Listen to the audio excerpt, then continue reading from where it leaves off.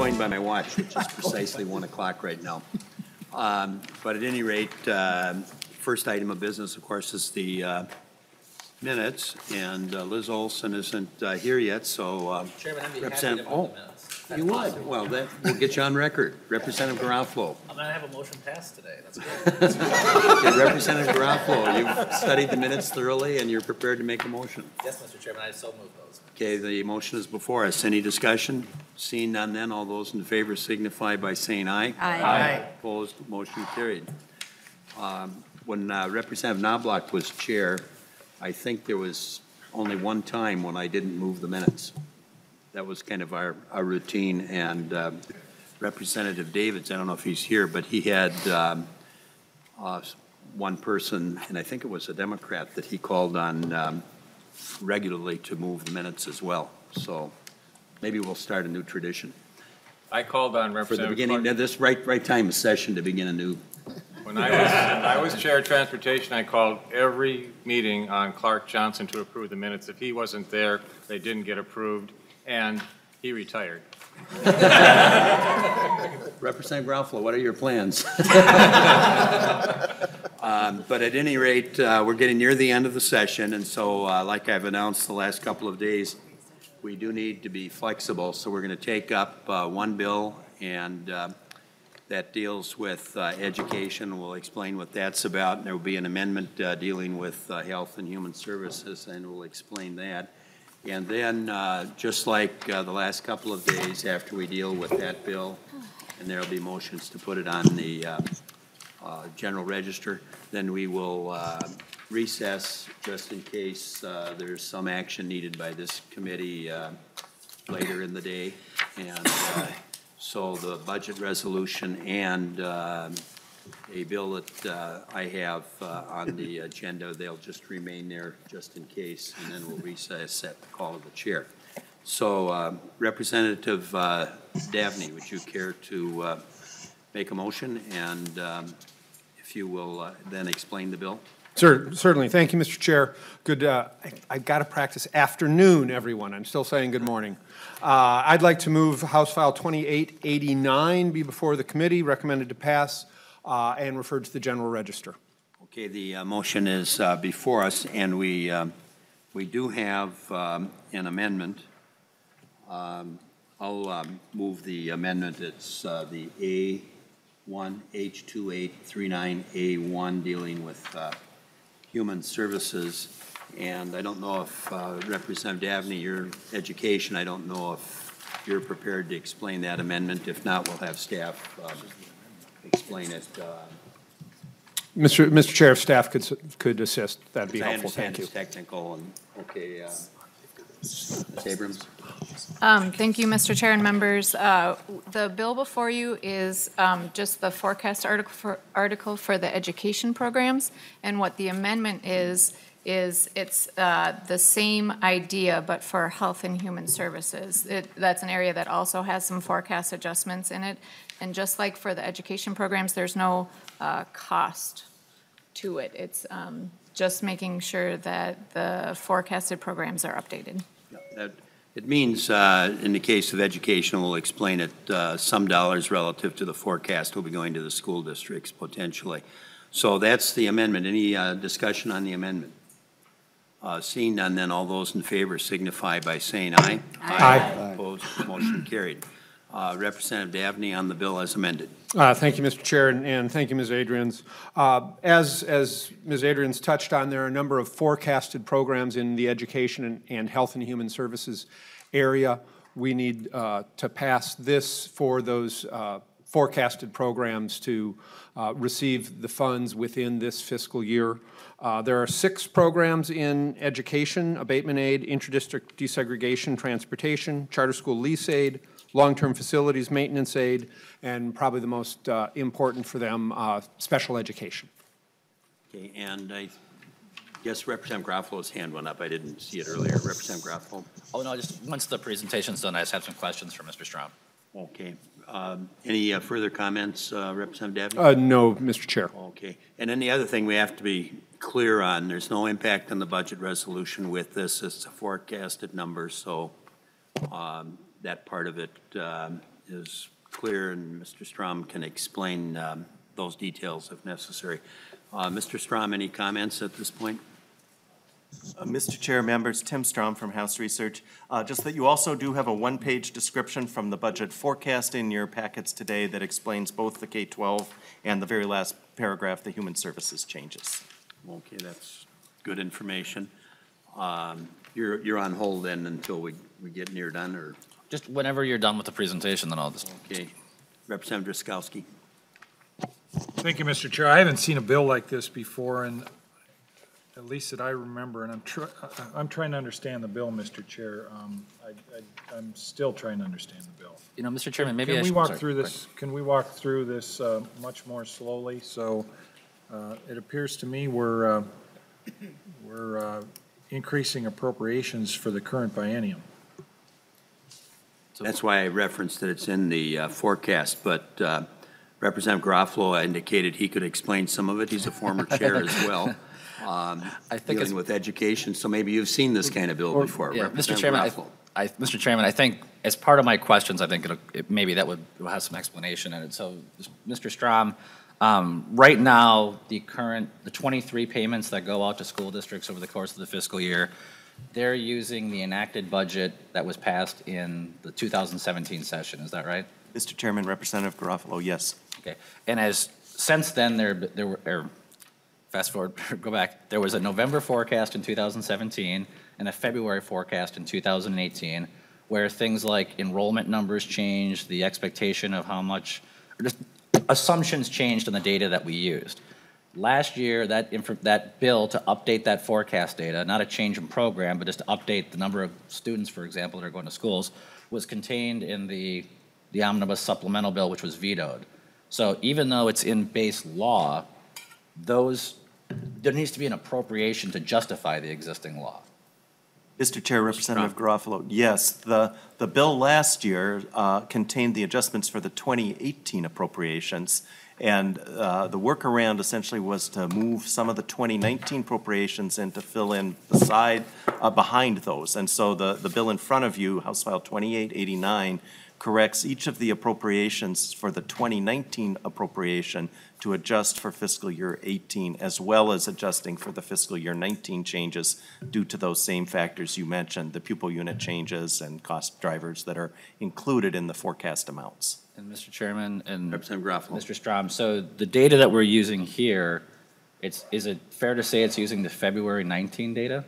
The Mr. February Chairman. forecast 19 data? Mr. Chairman, Representative Garofalo, yes. Okay. And so, Mr. Chairman, Mr. Strom, the payments that were going out in fiscal year 18 and have continued into fiscal year 19, have they been using the inaccurate payment data, or have they been compensating for that by basically assuming that the forecast had passed? Mr. Strom. Mr. Chairman, Representative Garofalo, I would use the term, they've adjusted the payment schedule in anticipation of the legislature enacting a forecast article this year. Okay, is there someone from the department here who can talk to this? Looks like someone's coming forward. Ms. Snyder from the department. And if you could identify yourself for the record. Thank you, Mr. Chair. Caitlin Snyder with the Minnesota Department of Education. Okay, welcome. Thank you, Mr. Did you Chairman. hear the question? And Ms. Snyder, I'll just restate it really quickly. So I kind of wanted to walk the committee through everything, because I don't think a lot of people knew about this when it actually happened last year. So what happened is the forecast information was not passed in statute. Therefore, we were using legacy appropriation data, which was lower than what the true forecast data was. And so my question is, were the appropriations, the school districts get 23 payments over the course of the year, right? Yeah, over a year. So were those payments that were going out every 15 days or 2 weeks, they're in statute, we say you get 8% of the payment this time, you get 7% of the payment. Those payments, were they being given out per law, or were people kind of changing the numbers? Mr. Chair. Ms. Snyder. Mr. Chair and Representative Garofalo, the affected payments were prorated based on the existing authority in law. So matching the legislative authority that was given to the Department of Education, the payments were prorated with the understanding that when and if a forecast article is passed, that the appropriations would be essentially caught up to what the appropriations are, matching the legislative language, but not the legislative numbers, if that is clear. So, Mr. Chairman, Representative Gruff. and to the testifier, I'm not going to take this out on you, 'cause it's not your decision, but we're talking about fiscal year 19 payments, correct? 18 and 19, Mr. Chair. I didn't hear. I apologize. Fiscal 18 and 19, Mr. Chair. And Mr. Chairman, but for fiscal year 18, we didn't know the data changed until the February forecast of fiscal year 2018. So that would have been a more modest amount. So February forecast came out in 2018, and that would have been for fiscal years 18 as well as 19. And when that data came out, we'd be talking about March, April, May, June, 4 months of payments in fiscal year 18. And then 19 would be where the bulk of the changes would be. And feel free, if Mr. Strom, if you want to jump in, or Chairman Davnie. Mr. Strom? Mr. Chair, Representative Garofalo, perhaps if you turn to an example of one of these appropriations, it may make sense, it may help a little bit. If you were to turn to page 6 of the underlying bill, the primary, in terms of size, the primary adjustment is to the special education appropriation, and that's on the bottom of page 6. You can see it starting on line 6.26. You can see there that the 2018 number is not being affected. The 2018 appropriation is not being changed. But recall that the 2018 appropriation consists of the regular payment for 2018 and what we often refer to as the cleanup payment in 2019. So the top line number on line 6.28 is not changed for fiscal year 2018. But then when you look at the 2019 appropriation, you can see that that's changed on line 6.30. That's roughly $80 million different. And if you turn the page and look at the top of page 7, you can see that that adjustment includes on line 7.1 changing the cleanup payment for 2018 for the year that school districts recognize as 2018, changing that cleanup payment from $166 million to $204 million. So a pretty substantial increase in the cleanup payment for 2018, and that's a payment that's made during calendar year, or what the state budget year fiscal year 19, but because the school districts are on accrual-based accounting, they recognize that revenue in fiscal year 18, and they've essentially recognized that this larger payment is coming on their books so far. So it's technically a fiscal, from the state's point of view, it's all done with fiscal year 19 money, but from the school district's point of view, that they're going to get a larger cleanup payment for money that they recognized in fiscal year 2018. And Mr. Chairman and Mr. Strom, I understand that aspect of it, and that makes sense.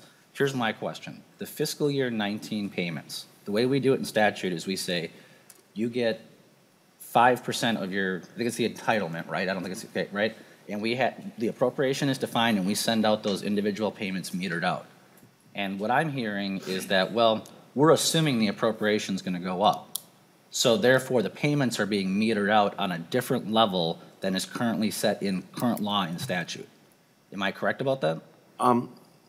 Mr. Chair, I may need to check with MMB to understand, and with Ms. Snyder in some detail to understand exactly the payment mechanism for this. But as I understand it, there will be an adjustment in 2019 still for the 2018 payment. So that adjustment is forthcoming, has not yet occurred.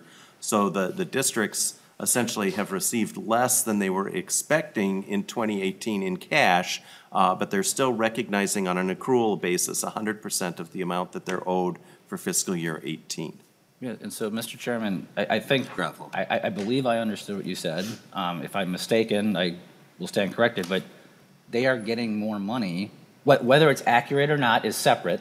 Okay, I understand what the accuracy of the data is supposed to be, but the payment schedule is based off the appropriation, and the appropriation is lower than the forecast data that was never passed. But they're getting paid based off the forecast data anyways. Mr. Strom. I'll recognize Mr. Strum. Mr. Thank you, Chair, I'm Representative not sure, and I Sorry. don't want to misstate, but my understanding is the expectation is that the full amount will be paid. But I think in terms of the cash actually received by the district, I'm not sure that MDE has forwarded additional cash for bookkeeping purposes for them. So I think on the entitlement basis, it's exactly right. I'm not sure on the cash flow. Mr. Chair? So, Representative Davnie. thank you, sir. Representative Garofalo, my understanding is MDE is sending out the statutorily appropriated amount of money. The school districts, and accounting is not my strong suit, but the school districts are recognizing a higher amount because that is in fact what they are owed, and the difference in bookkeeping approaches explains that.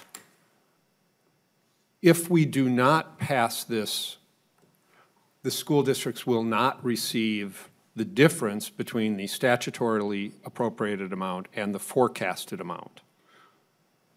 Normal business would be, in previous years, they would get the statutorily appropriated amount. There would be a difference, presumably to the positive, in the forecasted amount.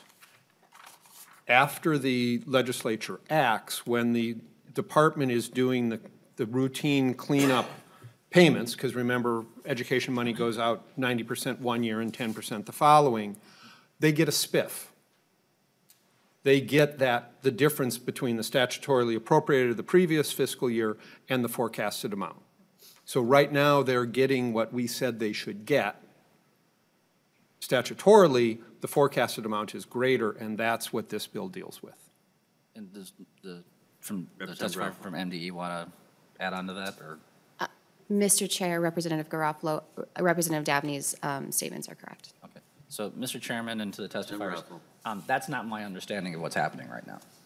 My understanding is that the payments that are going out right now, we define in statute that it's a certain percentage of the entitlement, and they are actually receiving those percentages right now for the higher entitlement. You're correct, there are appropriations that are lower than the 17 statute. There are appropriations that are higher than the 17 statute, but they are receiving the forecast entitlement payments. Now, it could be the information that was relayed to me was inaccurate based on what you said, Mr. Strom, that the school districts, even though they're not receiving a check in that amount, are recognizing that they're receiving that amount of money.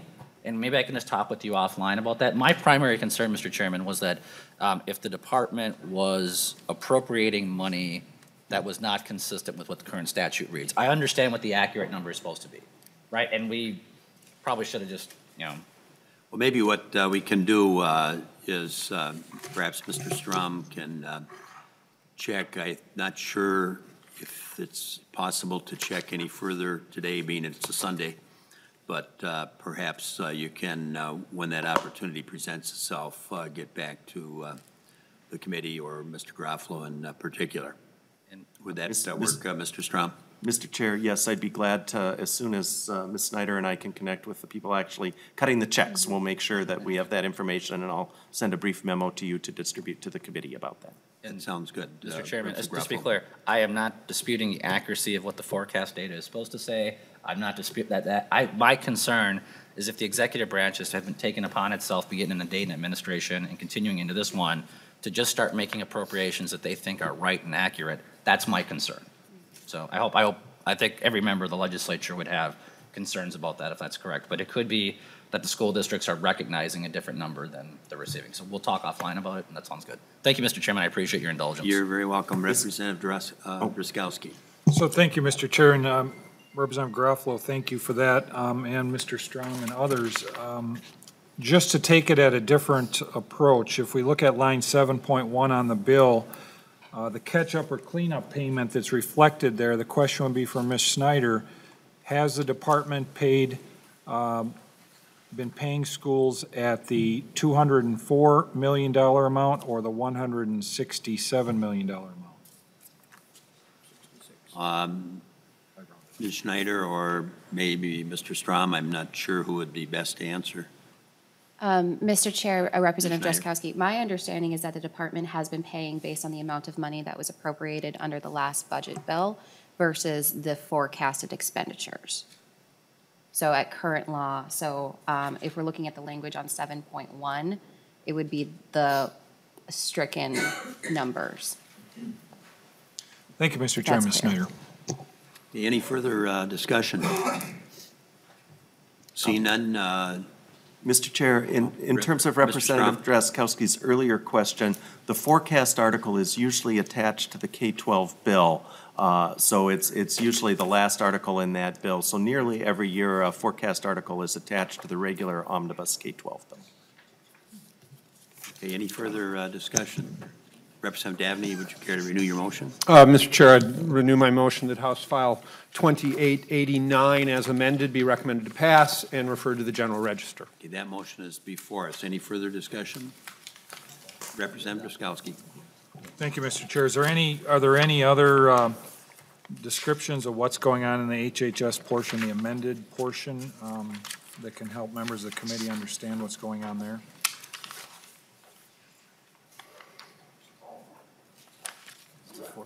You could speak more into the mic. I'm not too far from you, and I had trouble. Can someone hearing you. talk about Article 2 of the bill as amended?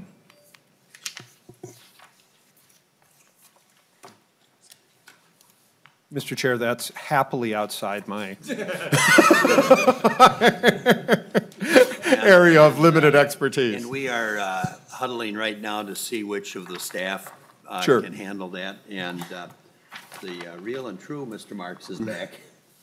We've had impersonators in recent days. Mr. Marks. Mr. Chair, Representative Drazkowski and members, in the Health and Human Services or the Department of Human Services article, these are all decreases resulting from either less caseload or lower cost, except for one, the Healthcare Access Fund number, which shows up on line 2.1 is an increase of 8.4 million. I don't know the details of that one, but otherwise they're all decreases that reflect the general decrease in spending in that area that was represented in both the February and November forecasts. I could have Mr. Berg get more detail to you, but at this point he's in the Health and Human Services Conference Committee. So. Representative Drazkowski. Thank you, Mr. Chair. Thank you, Mr. Marks. It'll be a decrease. I'll be happy with that portion of the bill.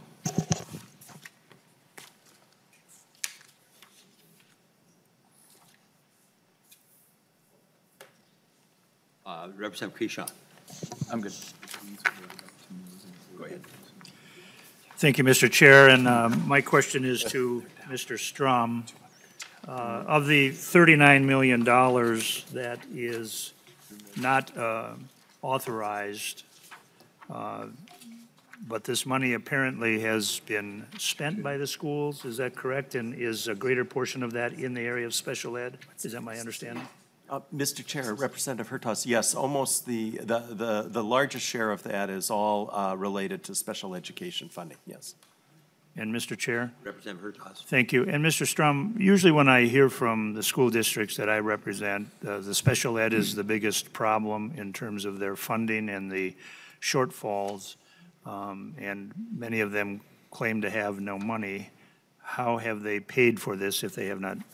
Have they been borrowing the money, or they're using reserves, or, you know, do you have any idea of what they're doing there? Mr. Chair, Representative Hertaus, my guess is that most districts are simply dipping into their reserves a bit for the payments that they would have made essentially during fiscal year 18. To their staff. So my guess is that for most districts, that was all out of fund balance. There's still some school districts that do short-term cash flow borrowing, but in the last few years, most school districts are not doing cash flow borrowing for any reason. And so as a result, for most of those, they're using their fund balance for that.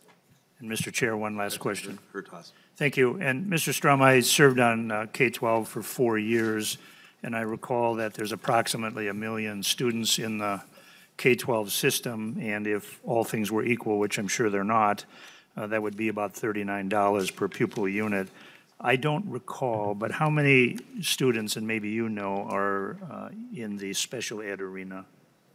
Mr. Chair, Representative Hertaus, about 145,000 are currently classified with an IEP of one sort or another. And so this Representative Hurtaugh. 145,000, thank you, Mr. Chair, this 145,000 students would account for most of that 39 million shortfall then? Mr. Chair, yes. Okay, thank you. Any further discussion? I was reminded, Representative Davnie, you didn't include in your motion as amended.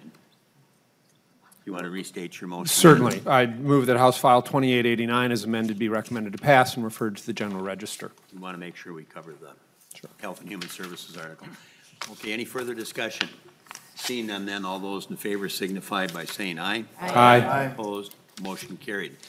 A few of you have come in after I made the initial announcements, but we will shortly go into recess, and the two items that are on the agenda, and there could be some others added. We just don't know what might happen, in these last couple of days, so we have to be prepared for it. So we'll try to give, as I mentioned yesterday, at least 30 minutes if we need to reconvene. So with that, I can just let you know, Representative Garofalo. tonight at 8 p.m. Central Time is the series finale of the series Game of Thrones. I just want to let you know that a substantial portion of the membership of the legislature will be unavailable at 8 p.m. Central Time, just so you know. well, I should announce, but I won't, but on Tuesday night, there's an important program as well. Well, maybe I will mention my husband. My son plays a role of a detective on a series. He appears in 7 of the segments. So, but with that, then we are in recess.